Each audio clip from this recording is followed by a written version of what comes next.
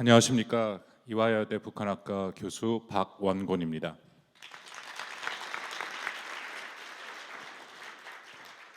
10년 딱 됐습니다. 10년 전 어느 날 그 컴패션이 위치한 한남동 그 앞에 커피숍 조그만 데서 그 컴패션은 뭐 전부터 알고 사역을 했습니다만 젊은 친구 몇 명이 와갖고 이제 저랑 또 한 명의 북한 연구자와 함께 얘기를 나눴습니다.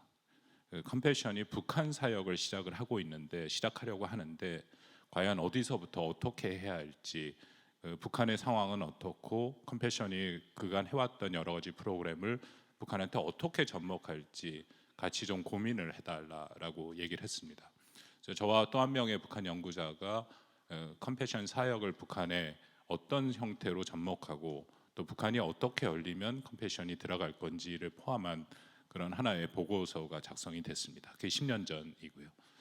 오늘 제가 이 자리에 섰는데 많이 가슴이 떨립니다. 그 10년 전에 그걸 작성하면서도 과연 이 일이 어느 정도 앞으로 진전을 볼 수 있을 것인가 라는 의구심이 마음 한구석에는 있었습니다. 그러나 오늘 이 자리에서 와서 여러분들을 뵈니까 134개의 교회가 이 컴패션에 대한 사역에 동역을 하고 있고 300곳에 대한 준비가 완료됐다는 이 얘기를 듣는 이 순간 역시 하나님이 역사하시는구나 하는 생각을 갖고 가슴이 먹먹해집니다. 저의 믿음 없음을 이 자리에 다시 한번 좀 고백을 하고요. 오늘 여러분들과 여러 가지 말씀을 좀 나누려고 이 자리에 섰습니다. 그만큼 저는 컴패션과는 동역을 한다 지금 10여 년, 그 이전부터 동역을 하고 있고 개인적으로 또 컴패션에 있는 속해 있는 아이들을 후원을 하고 있습니다. 비전 트립도 갔다 왔고요. 제가 컴패션의 광고를 좀 해야 될 것 같은데 다른 많은 훌륭한 NGO가 있습니다만 특히 컴패션을 제가 비전 트립을 다니면서 가장 받았던 그 감명이라고 할까요? 늘 같이 가면 이제 사진을 찍습니다. 그리고 여러분 컴패션의 홈페이지에 들어가 보면 많이 보셨을 텐데요.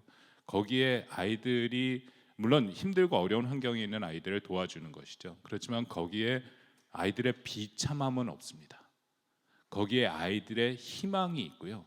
거기에 아이들의 기쁨이 있고요. 거기에 감사함이 있는 사진들만 올라와 있습니다. 물론 가슴 아프고 그런 사진을 올릴수록 더 많은 후원이 된다라는 것은 거의 상식적이지만 컴패션은 그렇게 하지 않습니다. 제가 한번 물어봤어요. 도대체 왜 그렇게 하니까?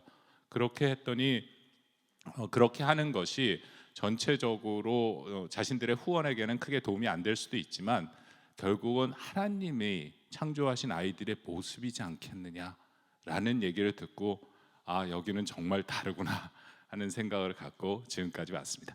강대상으로 움직이라고 하네요. 그래서 제가 움직이도록 하겠습니다.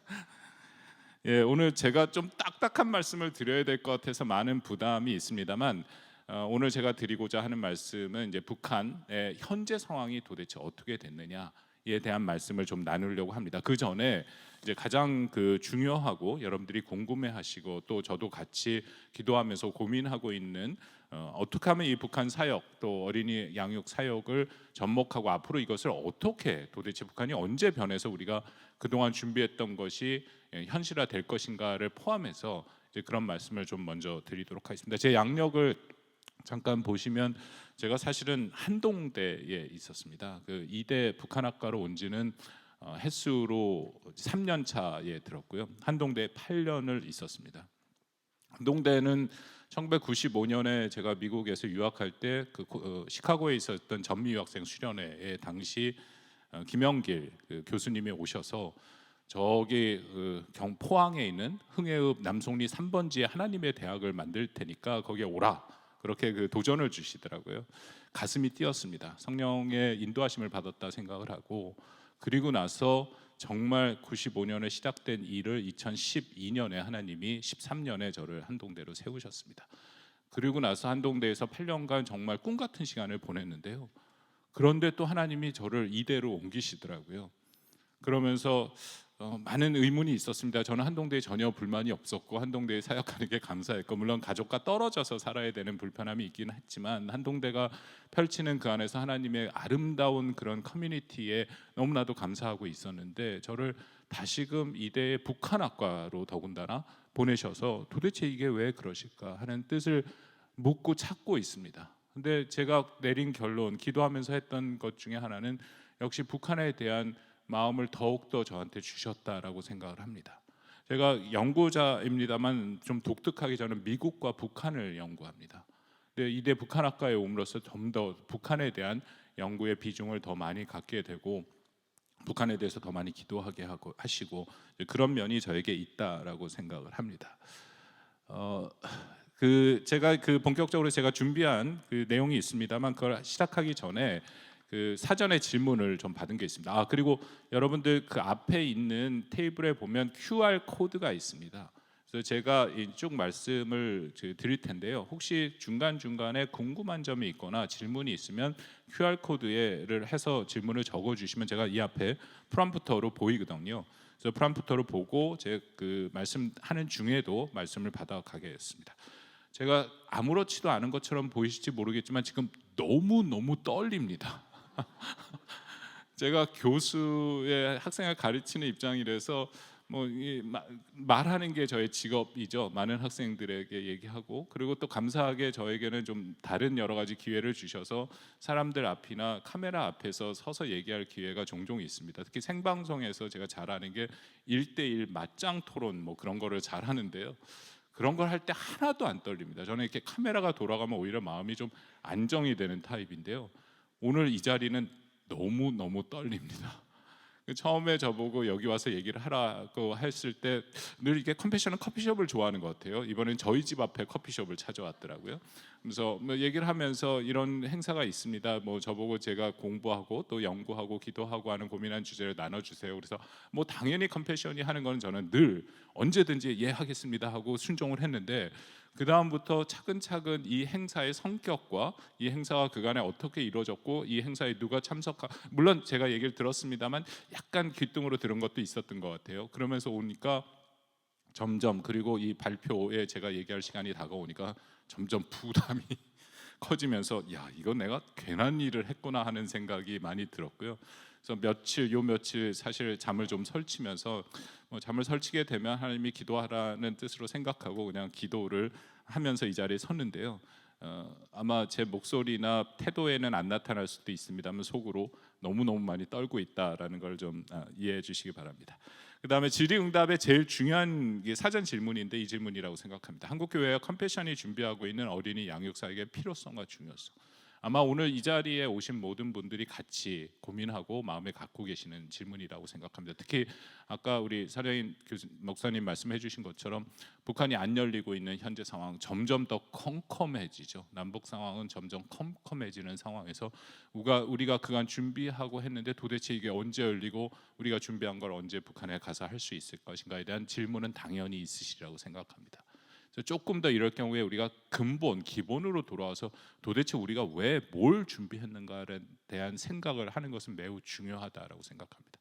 어린이 양육에 대해서는 제가 이 자리에서 길게 말씀 안 드리더라도 북한의 어린이들 상황에 대해서는 여러분들 많이 잘 알고 계실 거라고 생각합니다. 특히 우리 컴패션이 어린이 양육을 하지만 거기에 궁극적인 목적은 복음 전파의 어린이들의 영혼 구원과 북한에 대한 선교의 목적이 분명히 있죠. 제가 자꾸만 이렇게 우리 선교와 믿음에 대한 얘기를 해서, 저는 목사는 아닙니다. 여기 목사님들 많이 와 계시는데 저는 섬기는 교회가 내수동 교회고요. 안수 집사입니다. 아직 장로는 못 됐고요. 그렇게 알아주시면 좋을 것 같습니다. 그런 상황이기 때문에 그 어린이들을 통한 전도라는 것은 특히 이 비서구권에서는 매우 중요하지 않습니까? 가족, 어린이를 통해서 그 가정이 다 전도가 되는 경우가 많이 있죠. 근데 북한은 흔히 말한 유일 영도 체제, 유일 수령 체제입니다. 지도자 한 명이 있고 굉장히 통제된 사회이기도 하죠. 그리고 철저한 교육이 이루어지는 사회이기도 합니다. 그렇지만 그 기초 단위는 당연히 가족입니다. 오히려 여러분들 잘 아시는 1990년대 후반에 이른바 고난의 행군, 북한이 공식 발표로는 25만 명이 아사했다 하지만 국제사회에서는 100만 명에서 200만 명까지 아사했다라고 평가하는 고난의 행군 시기 이후에 오히려 가족의 중요성은 훨씬 커졌습니다. 왜냐하면 국가가 이 북한 인민들, 주민들의 삶을 책임지지 못하기 때문에 가족 중심으로 그들의 삶을 책임져야 되는 그런 상황이 훨씬 많이 밝혀졌고 진행됐고 지금도 있다라고 생각합니다. 그렇다면 가족 중심이기 때문에 그 안에 어린이들이 만약에 복음을 전파받는 복음이 그들에게 들어간다면 가족 전체가 그렇게 복음화될 가능성이 매우 크다라는 것이죠. 두 번째는 어린이 자체에 대해서 우리가 당연히 집중을 해야 된다고 생각합니다. 여러분 잘 아시다시피 북한은 철저한 통제 사회로서 어렸을 때부터 특히 김정은 총비서가 집권한 이후에는 12년으로 교육 제도를 훨씬 더 강화했습니다. 그렇기 때문에 아예 어렸을 때부터 북한은 특히 어린이들을 영유아 시기부터 교육을 하는 것을 매우 중요하다라는 그 교육의 필요성을 잘 알고 있죠. 그래서 이들에게는 이른바 의식을 백지화된 상태에서 북한의 수령에 대한 그런 교육들을 계속 주입시킵니다. 그 의미는 그렇게 주입을 시키지만 결국은 많은 아이들이 일부 북한에도 특권층이 있죠. 그들을 제외한 많은 아이들은 여전히 꿈이 없습니다. 이것은 연구 결과에도 나타난 거고 탈북자를 대상으로 연구 결과했을 때 많은 아이들이 북한에서는 꿈을 갖기 어려운, 그러니까 주입식 교육에 의해서 어쩔 수 없이 그걸 따라가야 된다. 그렇지만 사람의 갖고 있는 본성은 또 따로 있지 않습니까? 그러니까 이게 어렸을 때부터 약간 이중적인 구조가 부딪힘으로써 얘네들이 굉장히 힘든 삶을 살고 있다는 거죠.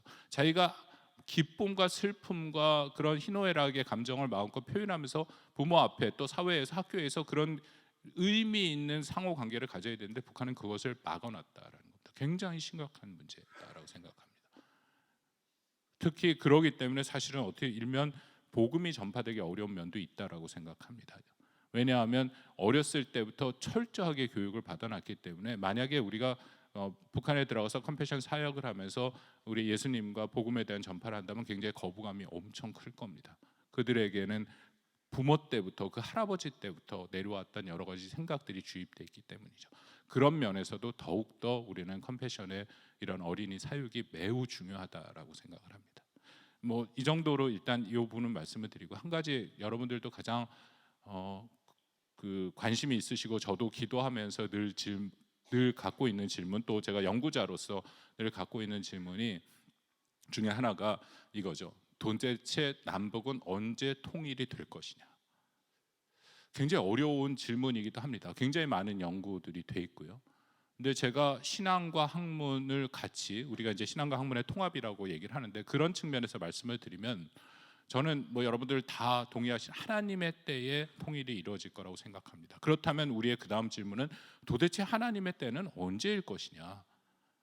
근데 제가 느끼고 제가 고민하고 기도하고 지금까지 연구하면서 오는데, 이 한반도의 통일, 특히 북한이 열리는 것, 북한에 우리의 복음이 전파될 것을 그 누구보다도 바라는 것은 하나님이시다. 그리고 북한의 그런 복음이 전파되지 않는 것에 대해서 가장 그 무엇 누구보다도 가슴 아파하실 것도 하나님이시다. 그렇다면 여러분, 같은 우리가 기도 제목이 갖고 있지 않습니까? 그러면 왜 하나님 근데 문을 안 여십니까? 제가 그간 연구해왔던 그 결과와 그 여러 가지 것을 종합해서 말씀을 드리면 하나님의 때가 아직은 이르지 않았다라는 것이죠. 근데 그 하나님의 때가 저는 그렇게 멀지 않았다라고도 생각을 합니다. 북한을 바라볼 때 남북 간의 이질감이 매우 큽니다. 70년을 서로 떨어져 살았기 때문에 그들이 생각하는 것과 우리들이 생각하는 건 이제 언어조차도 굉장히 다른 언어를 쓰기 시작합니다. 그래서 대표적인 게 얼마 전에 그 북한의 김정은 총비서의 동생 김여정 부부장이 한국을 비난하는 그런 담화를 발표하면서 건건 사사 문제 제기를 하겠다라고 얘기하죠. 우린 사사건건이라고 얘기를 하는. 그 정도는 여러분 알아들으실 수 있겠지만 굉장히 어려운 단어, 여러 가지 그 다른 단어를 사용하는 것도 적지 않게 있습니다. 중요한 것은 70년에 떨어져 있던 이 삶의 간극이 너무 크기 때문에 만약에 이것이 간극을 좁히지 않고 어느 일순간에 통일이 된다면 그 통일은 우리에겐 축복보다는 잘못하면 저주가 될 수 있다는 거죠. 여러분 잘 아시다시피 남한과 북한은 어떻게 보면 굉장히 극단적인 그런 민족성을 갖고 있습니다. 우리 같은 민족이기 때문에 그렇겠죠. 한국은 굉장히 짧은 기간 내에 정말 이악 물고 세계 6위의 군사력과 10위의 경제력을 갖는 이만큼 잘 사는 나라를 만들었고, 북한은 또 딴 상황에서 3대 세습을 하면서 핵을 만들어내고 그런 국가의 모습을 가고 있습니다. 근데 우리에게 한 가지 주어진 뭔가 우리의 특성은 이런 것이죠. 배고픈 것은 참는데 배 아픈 것은 못 참는다. 제 말씀에 상당 부분 동의하실 것 같아요. 근데 이게 사실은 그만큼 이 남한과 북한을 일정 수준, 굉장히 다른 방향이지만 발전시키는 원동력이 됐다고 생각하거든요. 그런 상황인데 남북한이 통일이 됐다. 여러분, 우리가 북한을 어떻게 바라보고 북한 주민들을 어떻게 대하겠습니까? 한번 조금 솔직해 볼 필요가 있다라고 생각을 하는데요. 2등 시민 취급할 겁니다. 현재 우리나라에도 적지 않은 해외 노동자들이 와 있습니다. 그들이 얼굴색이, 피부색이 좀 거먹고 한국말을 이상하게 하거나 영어를 떠듬거리면 그들을 우리가 어떻게 봅니까? 표현은 안 하지만 그들을 결코 존중하지 않습니다. 얼굴 하얗고 완벽한 영어 발음을 쓰는 서구권의 사람들을 보면 다르게 대하죠.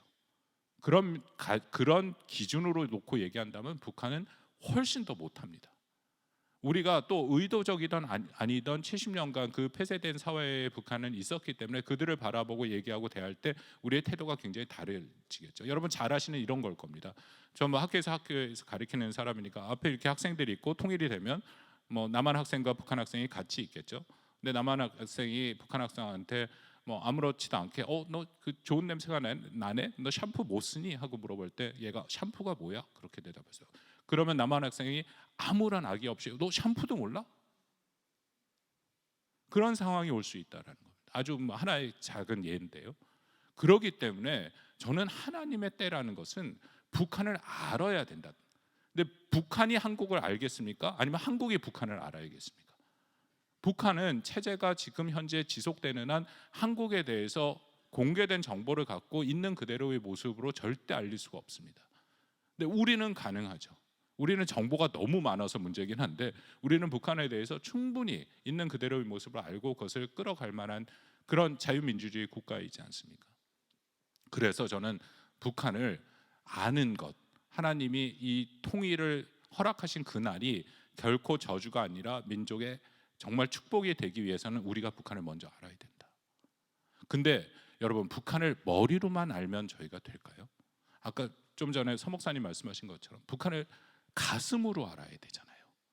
근데 제가 학교에서 보면 젊은 층일수록 흔히 말하는 MZ 세대로 갈수록 통일에 대한 전혀 열망이 없습니다. 이미 공식적인 통계 조사에 MZ 세대에는 전체의 50% 이하, 그러니까 반 MZ 세대의 절반도 못 미치게, 절반도 못 미치는 그 숫자만이 오히려 통일에 대해서 기대감을 갖고 있고, 오히려 절반 이상에 대해서는 통일에 대해서 부정적인 인식을 표출하고 있습니다. 그렇다면은 통일이 되더라도 머리로 아는 것을 과연 가슴으로 품을 수 있을까? 거기에 대한 질문이 있죠. 저는 그래서 결론적으로 이 부분을 말씀드리면 한국 교회가 준비된 순간 저는 하나님의 문을 여시라고 믿습니다. 왜냐하면요, 여러분도 그렇고 저도 그렇고 우리는 아무런 조건 없는 사랑을 받지 않았습니까? 여러분들의 구원의 역사를 한번 생각해 보시면 정말 제가 잘나서 구원을 받은 게 아니지 않습니까? 너무나도 죄인이고 교만하고 못된 저를 어느 날 예수님이 찾아오셔서 안아주시고 너는 내 자식이다, 내가 너를 위해서 십자가에 못 박혀 죽었느니라 하는 그 말씀의 은혜가 저희에게는 있지 않습니까? 우리가 그 은혜가 있기 때문에 우리는 북한에 있는 사람들을 있는 그대로 사랑하고 수용할 수 있지 않습니까? 예수님의 사랑을 받은 우리 한국 교회와 여기에 믿는 분들이 그것이 가능한 일이 아닐까. 북한 사람들 여러분 상대해보고 같이 하면 어려운 거 많습니다. 말씀드린 70년대가 이직감, 굉장히 다른 문화적인 차이, 그리고 끊임없이 받은 그들의 교육, 그런 것들이 우리를 굉장히 불편하게 할 때가 많이 있습니다. 그렇지만 하나님의 사랑을 받고 복음을 전해받은 우리는 그들 있는 그대로의 그들의 모습을 볼 수 있다라는 거죠. 평가하지 않고 그들이 힘들어하면 힘들어하는 대로 같이 힘들어하고 기쁨을 같이 나눌 수도 있는, 그대로 있는 그대로의 모습으로 받아들일 수 있다. 저는 그때가 멀지 아니라고 생각합니다. 오늘 이 자리에 섰을 때 제가 다시 한번 하나님의 역사하심의 증거를 봅니다. 134개의 교회가 이만큼 지난 10년간 준비됐다는 것은 그만큼 하나님의 기대하시고 준비하신 때가 가까이 왔다라고 생각합니다. 마지막으로 통일의 때를 한 가지 더 말씀드리면, 우리 서 목사님도 말씀하셨습니다만 탈냉전 고시기 1989년부터 제가 미국에서 공부를 하고 있었습니다. 제가 그 전공이 국제정치 전공이고 지역학을 같이 합니다만, 어쨌든 미국에서 가장 관심이 있는 것은 도대체 저 소련이 언제 붕괴될 것이냐가 제일 관심이 있죠. 그래서 제가 속한 대학원을 비롯해서 많은 대학원한테 굉장히 많은 미국 정부가 돈을 주고 이걸 한번 예상을 해봐라 라고 해갖고 뭐 그 연구로 뭐 석박사가 수백 명이 나왔습니다만 단 한 명도 그렇게 소련이 갑자기 평화롭게 무너질지 아무도 몰랐다라는 거죠. 그리고 나서 미국 정부도 황당하죠. 그렇게 돈을 많이 썼는데 아무도 못 맞췄으니까. 그래서 제가 그 딱 탈냉전이 시작이 되니까 그 대학원에 있는 장학금을 끊어버리더라고요. 그래서 한 1년간 힘들었습니다만 그 장학금이 연결되긴 했었던 경험. 그때 제가 뭘 느꼈냐면 인간의 한계는 여기까지구나. 그걸 어떻게 그 미국에서 잘하는 거 있지 않습니까? 막 통계 돌리면서 지난 300년간의 제국의 흥망성사를 막 다 돌려보고 해서 했는데 안 되는 거죠. 지금 현재 나와 있는 챗 GPT, 여러분 아시는 분들 계실 거라고 생각을 합니다. 거기 물어봐도 이렇게 대답 못 합니다. 이 모든 인간의 지식, 아무리 발달된 AI, 하나님의 전적인 주권적인 역사죠. 그 의미는 언젠가 하나님이 원하시는 그때에 통일은 이루어질 수 있다. 이거는 이제 신앙적으로 드릴 말씀이고, 제가 연구자로서 말씀을 드리면 제 그 앞에 경력에 한국국방연구원 카이다라고 불리는 국제연구기관에서 18년 동안 일을 했습니다. 꽤 오래 일을 했습니다. 거기서 주로 한 것 중에 하나는 이제 북한의 이 변화 시나리오. 그러니까 예를 들어서 통일이 오면 뭐 이런 거죠. 북한에서 만약 남한으로 내려오는 그런 그 대규모 북한 주민들의 이탈, 또 저쪽 북쪽 국경으로 중국으로 넘어가는 대규모 주민의 이탈, 실시간으로 얼마 정도 넘어갈 수 있을 것인가 라는 것까지 저희가, 이게 뭐 공개된 연구는 아닌데 그런 연구들을 합니다. 그걸 종합해서 제가 말씀드릴 때 뭔가 방아쇠만 당겨지면 되는 거지, 통일이라는 것은 눈 깜짝할 새에 이루어질 수 있다라고 생각합니다. 이런 거죠. 갑자기 뭔가 북한의 변화가 있어서 북한 주민들이 남쪽이나 북쪽으로 내려올 때 북한의 통제 체제가 무너지긴 합니다만 군인대가 나서서 막을 수 있습니다. 근데 10,000명, 20,000명 내려올 땐 막겠지만 그게 10만, 20만이 넘어가면 못 막습니다. 실시간으로 굉장히 많은 숫자가 움직일 수 있습니다. 여러분 혹시 연평도 가보신 분 계실지라고 생각합니다만, 연평도에서 북한까지의 거리가 직선거리 1.2km밖에 안 됩니다. 튜브 하나만 있으면 수영 못해도 그냥 내려옵니다. 그 정도로 가까운 거리들이거든요. 그래서 이 모든 과정이라는 것은 사실은 뭔가에 우리가 인간으로서 생각할 수 없던 어떤 뭔가 이렇게 방아쇠가 당겨지는 것만 있으면 이루어질 수 있다. 이 부분의 말씀을 맺겠습니다. 결론은 하나님의 때에, 우리 한국 교회가 준비된 그 하나님의 때에 북한의 문은 언제든지 열릴 수가 있다. 아까 서 목사님 말씀대로 열리고 나서는 준비하면 늦습니다. 지금 그간 준비해 보신 경험이 있겠지만 앞으로도 준비할 과정이 많이 있습니다. 북한에 대해서는 저도 연구자로서 30년 가까이 연구를 했습니다만 계속 몰라요 하는 얘기밖에 나올 수밖에 없어요. 더 많이 알아야 되고 더 많이 준비해야 되고 더 많이 노력하고 더 많이 기도해야 됩니다. 그 기도의 싹과 여러분들의 땀과 눈물에 대한 결실이 맺어지는 차는 그 순간에 북한의 문은 열리리라고 생각합니다. 예, 제가 좀 전반적인 저의 그 말씀을 드렸고요. 오늘은 이제 그 본격적으로 제가 준비한 말씀을 좀 전해드리겠습니다. 그러면 도대체 이 북한은 어떻게 되고 있는 건가? 현재 이 상황은 도대체 우리가 어떻게 이해해야 되냐? 이 네 개의 사진이 굉장히 큰 의미를 부여하고 있습니다. 뭐 여러분 잘 아시는 사진이겠죠. 북한의 김정은 총비서. 이게 제가 북한의 김정은에 대한 직함이 그 국무위원장도 있고 총비서가 있습니다만 사실 정확히 따지면은 총비서가 앞으로 나오는 게 맞습니다. 북한이 체제를 바꿔서. 그래서 제가 총비서라는 얘기를 쓰거나 아니면 김정은이라고 얘기를 하겠습니다. 그 여러분 사진 왼쪽 보시는 왼쪽 위편에 있는 것은 2018년 4월달에 판문점 당시 문재인 대통령과의 회담이었고, 오른쪽 위에 있는 사진은 6월 달에 싱가포르에서 당시 미국 대통령 트럼프와의 만남이었고요.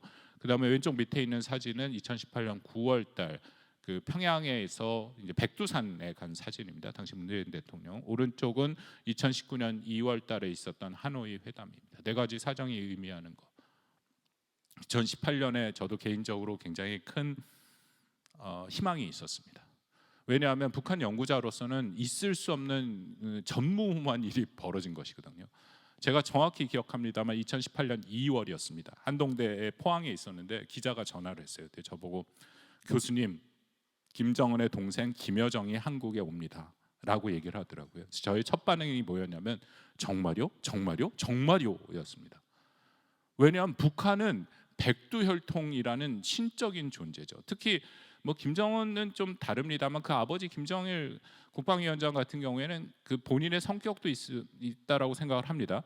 근데 굉장히 외부에 공개가 안 되죠. 김정일이 17년간 통치하면서 육성이 공개된 게 한 번밖에 없습니다. 그만큼 북한 주민들한테도 그렇고 특히 남한 뭐 세계에서 그 백두혈통의 김씨 일가의 존재라는 것은 신적인 존재이기 때문에 그들의 호흡을 느끼고 그들의 발걸음을 직접 본다라는 것은 거의 있을 수 없는 일인 거죠. 백두혈통의 직계, 김정은 위원장의 동생이 온다. 그리고 나서 여러분 이 네 가지 사진 동안 많은 분들 TV에 실시간으로 중계되는 김정은 위원장의 숨소리와 이 땀방울까지 다 보지 않았습니까? 희망이 있었죠. 아, 이게 드디어 뭔가가 될 가능성이 있구나. 왜냐하면 그간에 굉장히 많은 여러 가지 시도를 해봤으면 다 실패하지 않았습니까? 근데 이번에는 트럼프라는 굉장히 독특한 미국 대통령이 나왔더니만 갑자기 막 2017년에 이 화염과 분노, 뭐 내 그 핵버튼이 내게 더 크다, 뭐 막 그렇게 싸우더니만 그러더니 어느 날 갑자기 내가 직접 김정은을 만나겠다. 이게 우리가 흔히 이런 표현을 씁니다. 이게 이른바 탑다운 방식의 접근이라고 하죠. 그러니까 위에서 밑으로 내려오는 방식. 보통 북한과 모든 국가의 관계가 그렇습니다만 협상을 할 때는 영어로 이제 바텀업이라고 해서 실무 협상을 하고 올라가서 최종적으로 지도자들이 결정을 하는데 그간의 북한과의 핵을 말합니다. 주로 북한의 문제는 결국 핵이 핵심이기 때문에 핵무기에 대한 비핵화에 대한 논의는 늘 그렇게 실무 협상을 해서 올라왔는데 그간 했던 게 다 실패했죠. 북한의 핵을 없애는데 실패했습니다. 그렇기 때문에 이번에 트럼프가 그 당시에 등장했을 때는 거꾸로 트럼프가 김정은 위원장과 직접 만나서 뭔가 담판을 하면 북한 체제의 특성이 최고 지도자가 결정한 모든 것이 되니까 거꾸로 내려와서 하면 이게 되지 않을까 하는 그런 희망이 있었습니다. 근데 결론적으로는 뭐 여러분 잘 아시다시피 안 됐죠. 2019년 2월 하노이 회담에서 결렬된 이후에 안 됐고 오히려 한국 이 한반도는 다시금 어려움으로 빠집니다. 이게 2019년 5월 달에 있었던 굉장히 중요한 순간 중에 하나라고 생각을 개인적으로 합니다만 북한이 2019년 5월에 KN-23이라고 불리는 미사일을 쏴버립니다.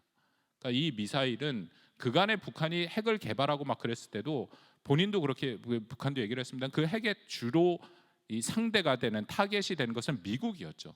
그러니까 미국 본토를 공격하는 막 핵미사일들을 만들어냈었는데 2019년 5월부터는 미국 본토가 아니라 한국, 그 일본을 타격을 할 수 있는 그런 미사일들을 만들어냅니다. 핵미사일들. 그게 바로 이 시기입니다. 2019년 5월. 그리고 작년에 여러분들 보셨겠지만 굉장히 많은 북한이 핵을 미사일을 쏘고 했는데 대부분이 이렇게 한국을 공격할 수 있는 그런 형태의 미사일을 완성해 버리죠. 그러니까 지금 상황이 그렇게 썩 좋은 상황은 아닌 것으로 시작되는 그 시점이 바로 2019년 5월이다라고 생각을 합니다. 그 다음에 이게 연도가 제가 잘못 표기를 했습니다. 2020년 6월입니다. 이게 잘 이해가 안 되는 상황이 발생하죠. 이게 개성에 있는 그 남북 공동 연락사무소를 폭파합니다. 그러니까 2018년 19년에 북한이 나름대로 한반도 평화 프로세스라 해서 대화의 국면을 이끌어 가다가 2020년 6월 달에 여전히 북한 연구자들한테는 이건 굉장히 큰 수수께끼입니다. 왜 북한이 이때 이런 행위를 했었냐? 북한의 말에는 탈북자들이 보내는 그런 그 선전 문단, 선전지에 대한 뭐 그 문제 제기라고 했는데 당시 문재인 정부에서는 거기에 대한 조치를 즉각 하겠다라는 반응을 보였거든요. 그런데도 한 달 사이에 긴장을 뭐 한 달, 두 주의 사이에 긴장을 극도로 고조시키더니만 이걸 폭파시켰다. 제가 이 말씀을 드리는데 정확한 이유를 모르겠습니다. 근데 다만 북한이 이렇게 함으로써 어떤 효과가 있었냐면요. 아까 말씀드린 MZ 세대가 북한을 바라보는 시각이 굉장히 안 좋아졌습니다. 이게 굉장히 결정적인 사건으로 작동을 합니다. 왜냐하면 유튜브나 여러분 쉽게 보실 수 있는데 북한이 스스로 이 개성 공동 연락사무소를 폭파하는 장면을 굉장히 좋은 카메라로 여러 각도로 찍어서 올렸습니다. 그러니까 우리 한국의 입장, 특히 MZ 세대 입장에서는 아니 북한이 뭔데 왜 우리 공동 연락사무소를 저렇게 폭파해? 김정은 위원장이 뭔데 이건 공정하지 않어 라는 생각이 그들에게 특히 눈으로 볼 수 있는 비주얼하게 다가와 버렸기 때문에 이 전과 이 이후에 북한에 대한 인식이 굉장히 바뀌었다라는 거죠. 북한에 대해서 굉장히 부정적인, 이거는 저는 북한이 뭔가 내부 사정이 있어서 이렇게 갔다라고 생각을 합니다만 남북 관계에 굉장히 부정적인, 매우 부정적인 영향을 주고 있다라고도 생각을 합니다. 그 다음에 코로나 말씀을 잠깐 드리겠습니다. 북한이 코로나가 비상 방역 체계를 선포한 지 만 3년이 지났고요. 북한이 정확하게 그 국경을 봉쇄한 것은 2020년 1월 24일부터입니다. 그렇다면 지금이 만 3년이 됐고요. 일부 매우 제한적으로 중국과 러시아에게만, 중국과 러시아와 그 교역을 하고 있습니다만 여전히 봉쇄됐다라고 보셔도 크게 무리는 아닙니다. 북한이 도대체 왜 이럴까? 아까 북한에 대해서 북한이 뭔가 변화할 수 있다. 그걸 우리가 이제 흔히 북한 급변 사태라고 얘기를 하는데요. 북한 체제가 변화되는 것이죠. 북한 체제가 갑자기 뭐 붕괴되거나 북한 체제 큰 변화가 일순간에 이뤄지는 그런 상황인데요. 거기에 대한 연구가 적지 않게 돼 있습니다. 저도 개인적으로 그 연구를 4차례 했었는데 공개된 연구는 아닙니다. 근데 결론은 그냥 우리가 연구자로서의 연구를 해보면 북한 체제가 붕괴되기는 굉장히 어렵다. 북한 체제가 붕괴되는 그 시나리오의 핵심 중에 하나는 북한 주민들이 봉기를 해야 되거든요. 그러니까 이른바 민중 봉기가 이루어져야 되는데 그 민중 봉기가 될 가능성이 굉장히 낮다라는 거죠. 왜냐하면 아까 말씀드린 것처럼 북한은 통제된 체제에서 정보도 없고 그리고 그 모든 것을 철저하게 학습시키는 그런 체제이기 때문에 어렵다라는 겁니다. 근데 그럼에도 한 가지 예외는 있을 수 있다. 그 한 가지 예외가 뭐냐면요. 1990년대 후반에 있었던 고난의 행군 같은 굉장히 큰 경제적인 어려움이 전염병. 이게 제가 코로나 전 얘기를 하는 겁니다. 이 연구는 뭐 한 20여 년 전부터 해왔는데요. 코로나 훨씬 전에 있었던 얘기를 하는 겁니다. 그게 두 개, 그러니까 굉장히 큰 경제적인 어려움이 코로나는 아니고 전염병과 겹쳐졌을 때, 그럴 때는 민중 봉기가 이루어질 수 있다. 그러면 북한의 입장에서 코로나라는 것은 단순히 북한 주민의 안녕과 복지의 문제가 아닌, 그건 그 이상의 체제에 대한 엄청나게 큰 위협입니다. 그래서 북한은 2020년 1월 24일에 그 비상 방역 체계를 선포하고 지금까지도 끌어오고 있고요. 그리고 작년 4월달에 북한 스스로 5월이죠. 이 코로나가 확산된 것을 판단했는데 당시 김정은 위원장이 새벽 1시 40분인가 이 회의를 하는 장면을 다 공개를 했습니다. 정치국 회의를 열었는데 그만큼 북한의 입장에서는 저는 여전히 코로나가 중요한 변수라고 생각합니다. 북한이 이제는 뭔가 준비를 하고 자신들도 이 국경 봉쇄를 풀어야 된다라고 생각을 하는데요. 근데 그러려면은 북한이 백신을 맞아야 됩니다. 근데 여전히 백신을 맞지 않고 있어요. 그래서 그 부분이 굉장히 중요한 부분 중에 하나다라고 생각을 합니다. 그 다음에 제가 드리고 말씀드린 것은 전체적으로 큰 흐름을 뭐 길지 않게 최대한 짧게 말씀을 드리겠습니다. 급진화라는 표현을 썼는데요. 2018년부터 19년까지 나름대로 저는 뭐 이렇습니다. 이게 뭐 학계에서뿐만 아니라 일반에서도 굉장히 많이 논란이 되는데 도대체 북한의 김정은 총비서가 국무위원장이 핵을 포기할 생각이 있는가? 그러니까 2018, 19년 나와서 뭔가 보여줬는데 정말 그게 핵을 포기하려고 그랬느냐? 3가지 주장이 있습니다. 첫 번째는 정말 핵을 포기할 생각이 있었다. 두 번째는 그렇지 않다. 트럼프라는 굉장히 희한한 사람이 나타났기 때문에 어쩔 수 없이 거기에 대해서 좀 반응을 보이는 측면에서 시간 끌기였다. 세 번째는 표현이 좀 거칩니다만 일종의 간복이었다.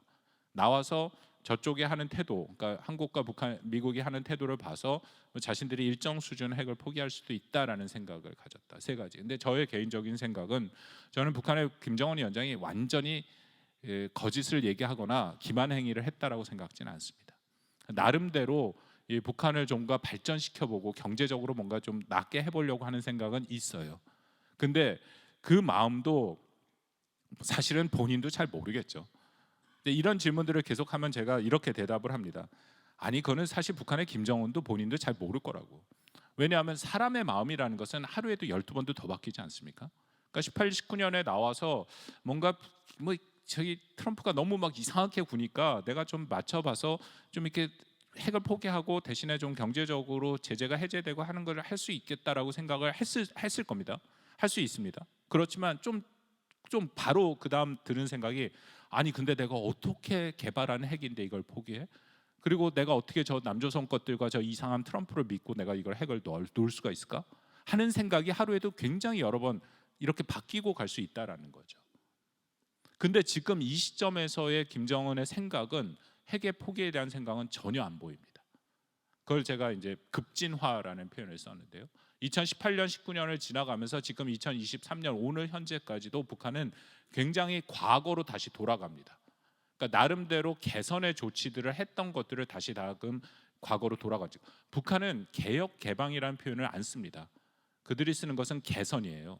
개혁 개방이라는 표현 자체가 이게 뭔가 자신들의 체제에 대해서 부정적인 의미를 갖고 있다 생각해서 그런 표현을 안 쓰고 뭔가 개선을 하겠다라는 표현을 씁니다. 그 개선의 조치들을 다시금 다 거둬들이고 있는 게 현재의 상황이다라는 것이죠. 이게 요 하나가 가장 핵심인데요. 아까 말씀드린 2019년 2월에 하노이 회담이 깨지고 나서 그해 12월에 북한이 7기 5차 전원회의를 통해서 이른바 여기 써놓은 정면 돌파전이라는 것을 선언합니다. 그냥 여러분들 생각하시기에 정면 돌파전이라는 그 단어만 보더라도 이게 어떤 의미인지가 감이 충분히 오죠. 이런 겁니다. 이제는 자신들의 자력갱생, 그러니까 외부의 도움 안 받고 제재 해제 안 돼도 상관없다. 자력갱생을 통해서 버티고 사상무장 투쟁을 강화하고 그러면서 핵을 고도화하고 그래서 결국은 핵 보유국이 될 때까지 장기전으로 버티겠다라는 것이 바로 정면 돌파전이라고 선포된 북한의 대외 노선이고 대내외 노선이고 그것이 지금까지도 저는 유효하다라고 생각합니다. 지금까지도 이 모습으로 오고 있다라는 것이죠. 뭐 거기에 대한 또 하나 북한이 이제 사상 투쟁을 굉장히 강화하고 사상 무장을 강화시키는데 이게 좀 괴로운 것들입니다. 우리 입장에서 예를 들어서 뭐 들어보셨을 거라고 생각합니다만 반동 사상 문화 배격법, 청년 교양 보장법 그리고 올해 통과된 평양 문화어 보호법이라는 게 있습니다. 특히 평양 문화어 보호법은 이런 겁니다. 어쨌든 이 남한에 있는 우리 한류가 북한에도 다 들어갔죠. 상당 수준 그 북한 주민들의 상당 부분이 이 남한의 뭐 우리가 이 드라마라든지 이 한국 문화에 접했던 경험들이 있습니다. 그랬더니 북한 내에서 쓰는 이 말이 틀려졌다라는 거죠. 예를 들어서 남편을 오빠라고 부른다든지, 그리고 남자친구를 남친이라고 부르다든지 이제 그런 표현들이 등장하니까 북한이 평양 문화 보호법이라는 걸 만들어서 그런 표현을 쓰면은 처벌하겠다. 근데 여러분 북한의 처벌 수준이라는 것은 사실은 좀 무시무시합니다. 이게 완전히 전문이 공개되지는 않았는데요. 평양문화법 말고 반동사상 문화 배격법을 보면 이런 겁니다. 남한에 있는 무슨 책이라든지 드라마라든지 뭐 영화라든지 음악을 보면 5년에서 15년 노동교화형에 처하게 돼 있습니다. 노동교화형이라는 게 여러분 아시죠? 노동을 하는 거예요. 가만히 그냥 감옥에 집어넣는 것이 아니라 5년에서 15년. 근데 그 남한에 있는 그런 그 드라마나 뭐 그런 영화라든지 그 뭐 음악이라든지 그런 것을 본인만 본 게 아니라 다른 사람한테 돌리거나 전파를 하면 최소 무기에서 사형까지 처하게 되어 있습니다. 제가 이 내용을 보니까 어떤 생각이 드냐면요. 아, 북한이 이렇게까지 하는 것을 보니까 이거가 절대로 결코 이것을 완전히 통제하지 못하는구나. 여러분 잘 아실 거예요. 인간의 기본적인 욕구라는 게 일단 기본적인 식욕이 가장 중요하죠. 그러니까 일정 수준의 식욕에 그러니까 필요한 거 우리가 먹고 살아야 되니까 먹는 게 해결이 되면 그 다음에 나타나는 게 문화 욕구입니다. 그래서 북한이 아무리 북한 정부가 체제가 통제를 하더라도 북한 주민들에 대한 이 문화 욕구는 막을 수 없다라는 것이죠. 제가 아까 통일에 대해서는 언제든지 가능성이 있다라는 식으로 말씀드렸는데 그 이유 중에 하나가 이겁니다. 북한이 우리가 생각한 것보다 우리에 대해서 굉장히 많이 잘 알고 있습니다. 그래서 뭔가의 기회가 된다면은 이것은 분명히 이루어진다. 이게 오히려 그런 제가 드린 말씀을 방증한다라고 생각합니다. 이만큼 엄격하게 너 사형 처할 거야 하는데도 본다라는 거죠. 그다음 북한 기조를 말씀을 드리겠습니다. 이게 생각보다 빨리빨리 안 넘어가서요. 네. 이거는 이제 대남 관계와 대미 관계를 아까 말씀드린 정면 돌파전에 따라서 이제 굉장히 강하게 가져가겠다, 이제 그런 얘기들이 계속 나온 거고요. 이거는 이제 시장을 아까 말씀을 드렸습니다만 경제 정책도 북한이 나름대로 김정은 위원장이 들어서서 사회주의 기업 책임 관리제라고 해서 자본주의적인 시장 경제적인 요소를 도입한 그런 정책을 했습니다. 근데 그것이 2019년 12월을 기점으로 지금까지 계속해서 그런 개선 조치가 철회되고 다시금 사회주의 체제라는 건 이런 거지 않습니까? 국가가 모든 경제를 통제하는 거죠. 이제 그런 모습들이 지금 굉장히 강화되고 있다라는 것을 제가 뭐 길게 적어놔서 풀어놨습니다. 시장 경제 요소가 축소가 되고 있다. 이 부분들은 넘어가 있습니다. 그리고 작년에 사실 굉장히 또 중요한 순간이 도래했습니다. 이 사진 혹시 여러분 유튜브로 보신 분들도 많이 계실 거라고 생각이 되는데요. 3월 24일 북한이 화성 17이라고 얘기하는, 사실은 화성 17이 아닌데 대륙간 탄도미사일을 쏘고 나서 여기 사진에 나오는 비디오 클립을 유튜브에 띄웁니다. 이 11분 28초인가 되는 건데요. 저도 누가 보라 그래갖고 그냥 급하게 보고 처음 본 건 이게 북한이 만든 건지 몰랐습니다. 여러분 잘 아시는 유명한 영화 탑건에 나오는 듯한 그런 막 이렇게 슬로우 비디오로 김정은 위원장이 움직이고요. 발사하면 막 버튼을 돌리는 게 클로즈업 되고요. 막 그렇더라고요. 처음에 이걸 딱 봤을 때 이건 누군가가 좀 북한을 놀리려고 만든 거 아닌가 생각을 했더니 알고 보니 북한이 만든 겁니다. 이게 어떤 의미가 있냐면 북한도 나름대로 노력을 하고 있다는 거예요. 그러니까 새로운 MZ, 그들은 이제 장마당 세대라고 불리는 새로운 세대들이 등장하니까 또 한류가 이 남조선의 문화가 넘어가니까 그들의 문화적인 욕구에 맞춰서 그들의 눈높이에 맞춰서 북한이 하는 선전선동도 바뀌어야 될 필요가 있다는 거죠. 우리 눈에 보면 무슨 제 눈에 보기는 여전히 많이 촌스럽긴 합니다만 이전과는 굉장히 다른 형태로 시도를 하고 있다. 그것은 이제 그 선전선동 측면에서의 말씀이고요. 더 중요한 것은 북한이 3월 24일 작년 3월 24일 이걸 발사함으로써 이른바 모라토리움이라는 것을 파괴해버리게 됩니다. 그 모라토리움이라는 게 뭐냐면 2018년 4월 달에 북한 스스로가 밝힌 건데요. 대륙간 탄도미사일과 핵실험을 유예하겠다라는 겁니다. 그리고 나서 사실 2022년 3월 작년 3월까지 안 했어요. 안 하다가 공개적으로 물론 하긴 했습니다만 조금 다른 공개적으로 어쨌든 모라토리움을 더 이상 지키지 않겠다고 얘기한 건 바로 이 순간입니다. 그리고 나서 작년만 8차례 대륙간 탄도미사일을 쏘았고, 그리고 여러분들도 들어서 아시는 그 7차 핵실험의 가능성을 계속 열어놓고 있습니다. 그러고 나서 계속 북한이 하고 있는 여러 가지 행동들은 굉장히 공격적인, 특히 이것이 가장 공격적인 건데요. 작년 4월 25일 흰 군복을 입은 김정은 위원장이 열병식에서 한 연설에서 북한 핵의 용도를 얘기를 합니다. 용도를 뭐를 얘기를 하느냐면요. 당연히 핵이라는 것은 군사적인 목적이지 않습니까? 그러니까 저쪽 미국이 핵을 갖고 있으니까 미국이 핵을 사용할 그럴 경우에 대비해서 자신들이 핵을 갖고 있다, 핵을 개발한다라는 얘기를 계속 했었는데 이 4월 25일 김정은의 연설을 보면 그런 얘기 중에도 다른 얘기를 하나 더 붙입니다. 핵에 대해 두 번째 임무가 있다. 그 임무는 북한의 근본 이익을 건드리면 우리가 핵을 쓸 수 있다. 근데 여러분 이게 굉장히 저는 위험하고 매우 공격적이라고 말씀을 드리는 게 국가의 근본 이익이라는 것은 굉장히 모호한 개념입니다. 우리가 생각하는 이익이 뭘까요? 그래서 제가 그 북한이 말하는 이익을 다시 다 찾아봤거든요. 그랬더니 북한에 대해서 인권 문제 제기하는 것도 근본 이익을 해치는 거고, 북한의 경제 제재를 하고 있는 것, 한미 연합 훈련을 하고 있는 것, 그런 모든 게 북한의 이익입니다. 그러니까 다시 말씀드리면 북한이 이렇게 얘기한 거, 더군다나 북한은 김정은 위원장이 얘기하면 그 어떤 것보다 가장 높은 권위의 얘기가 되기 때문에 늘 가능성이 높은 건데, 이런 얘기를 하는 것은 북한은 아무 때나 언제나 핵을 쏠 수 있다는 그런 얘기를 하고 있는 것이죠.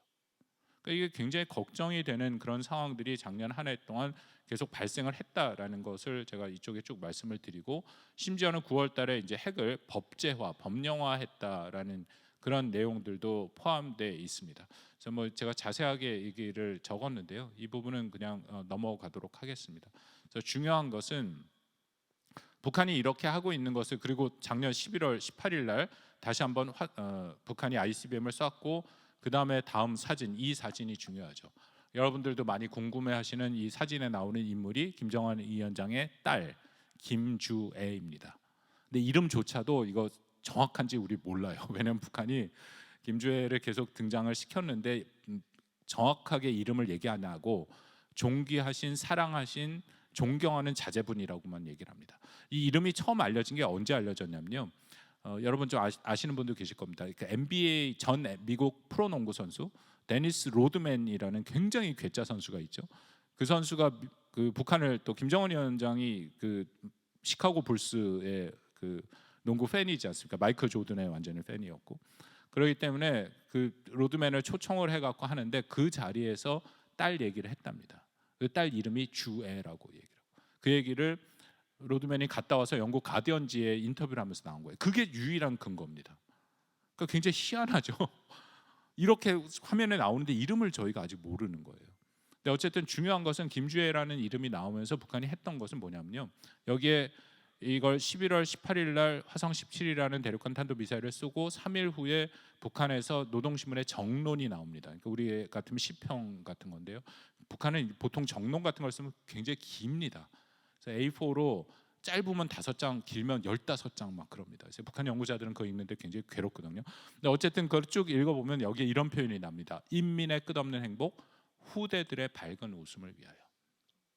김주애가 후계냐 아니냐에 놓고 갑론을박이 엄청나게 벌어지고 있고, 저도 뭐 거기에 대해서 참여하고 있는 사람 중에 하나인데요. 제가 판단하기에 아직 후계로 보기는 너무 어립니다.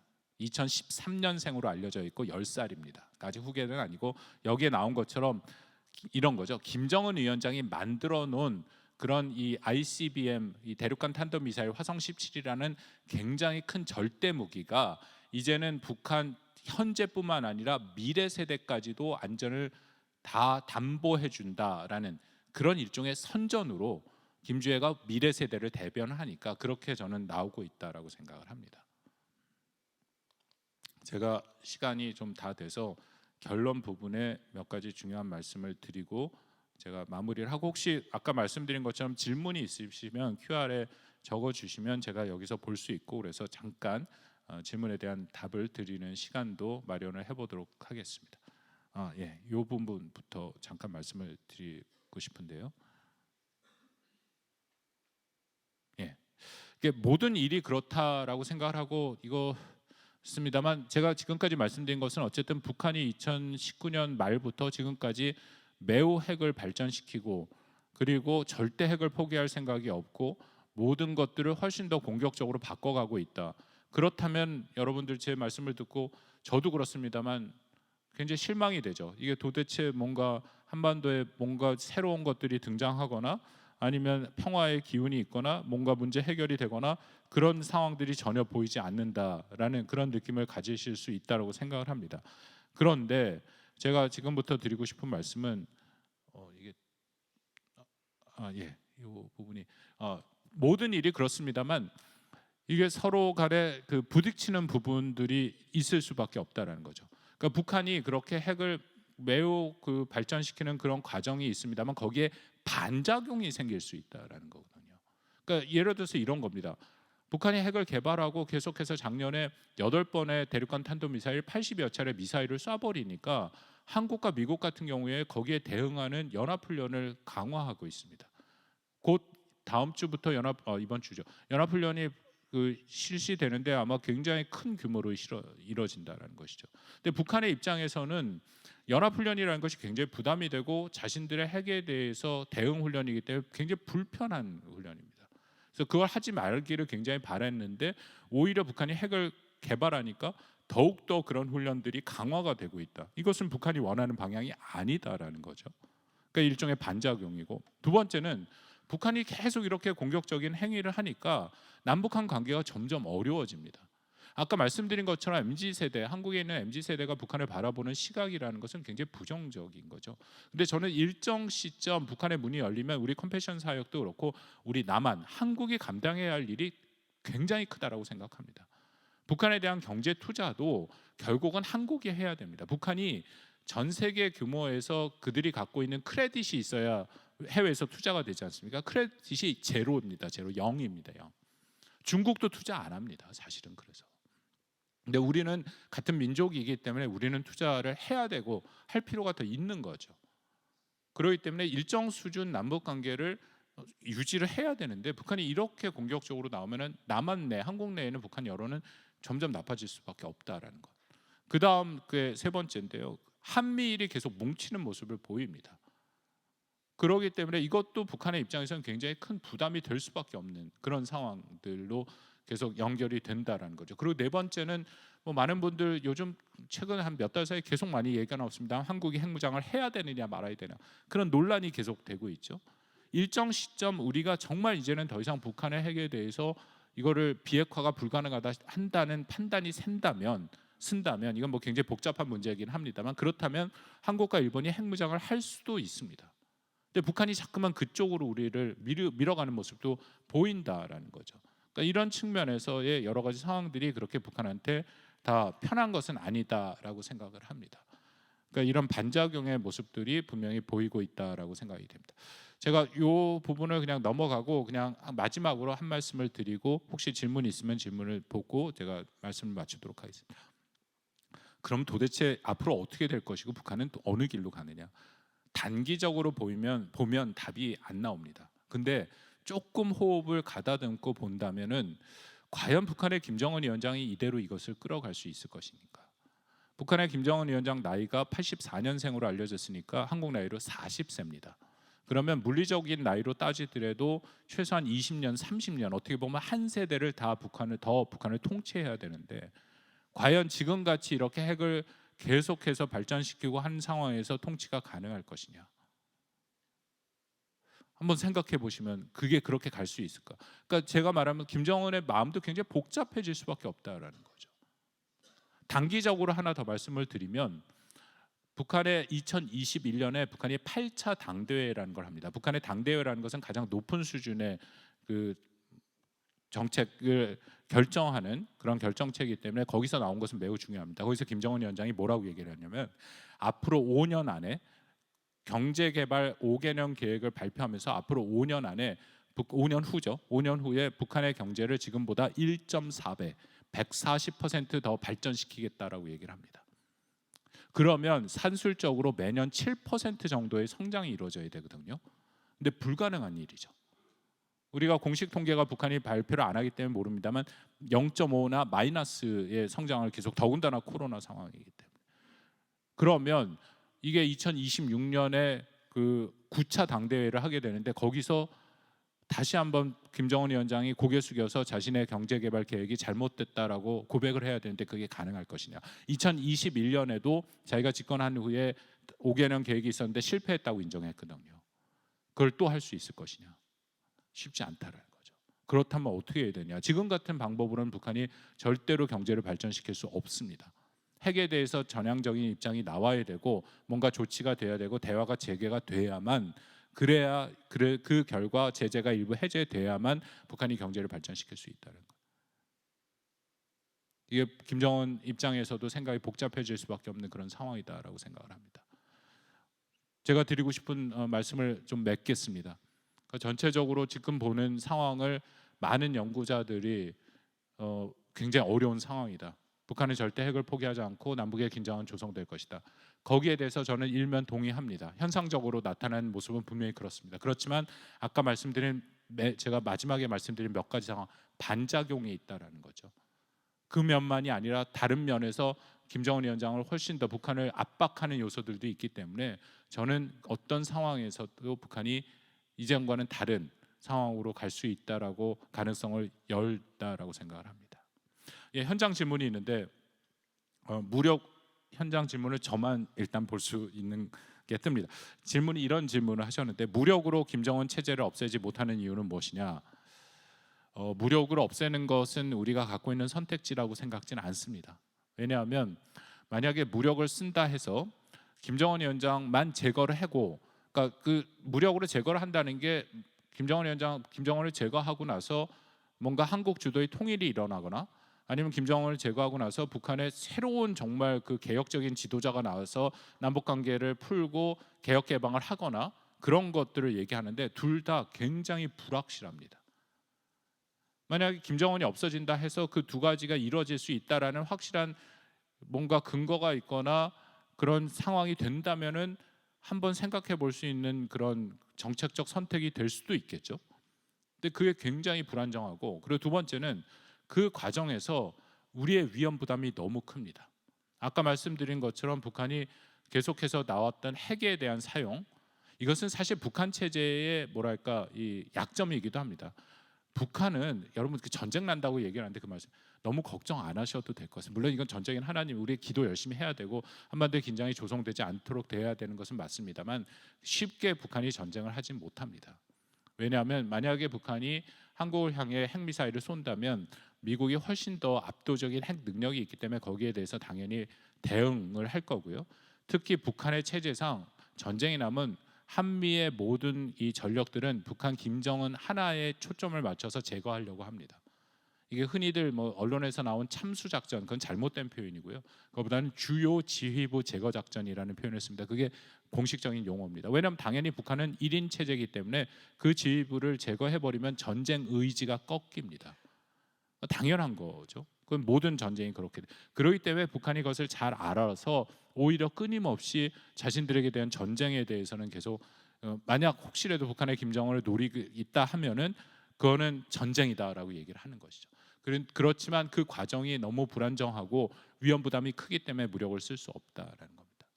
시간이 있는데 질문이, 북한의 한류가 계속 스며들고 있다고 하는데 한국 교회가 북한의 어린이와 청년 문화에 영향을 끼칠 만한 부분이 있다면 무엇이 있을까요?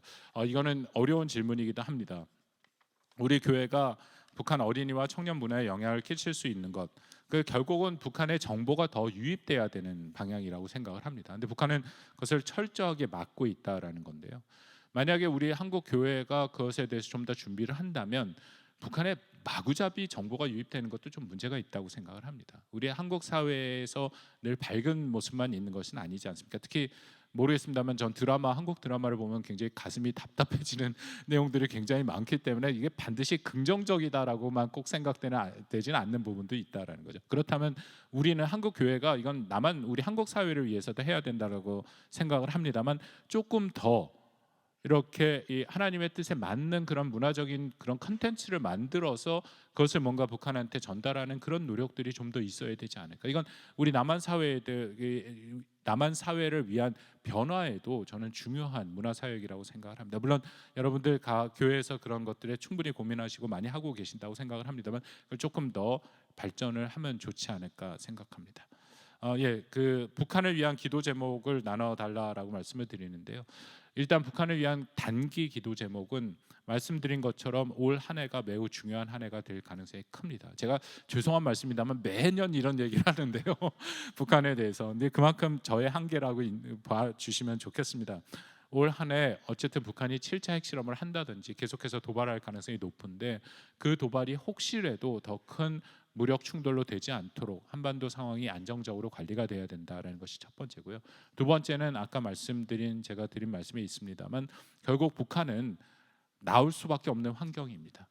그것이 정말 하나님의 주권적인 역사에 의해서 평화롭게 나오고 그것이 잘 연계될 수 있도록, 그래서 정말 한반도에 제대로 된 평화가 정착될 수 있는 뭔가 계기가 올 한 해도 이루어질 수 있도록 하는 것이 중요하고, 세 번째는 아까 말씀드린 것처럼 우리 한국 교회가 지금 여기 계시는 많은 분들 컴패션과 사역을 지금까지 해오셨습니다만 그 사역을 통해서 우리가 하나님의 심장, 주님의 시각, 눈으로 북한을 바라보고 우리가 좀 더 열심히 준비하고 그때를 기다리는 것, 그것이 우리한테 지금 필요한 기도 제목이다라고 생각합니다. 감사합니다.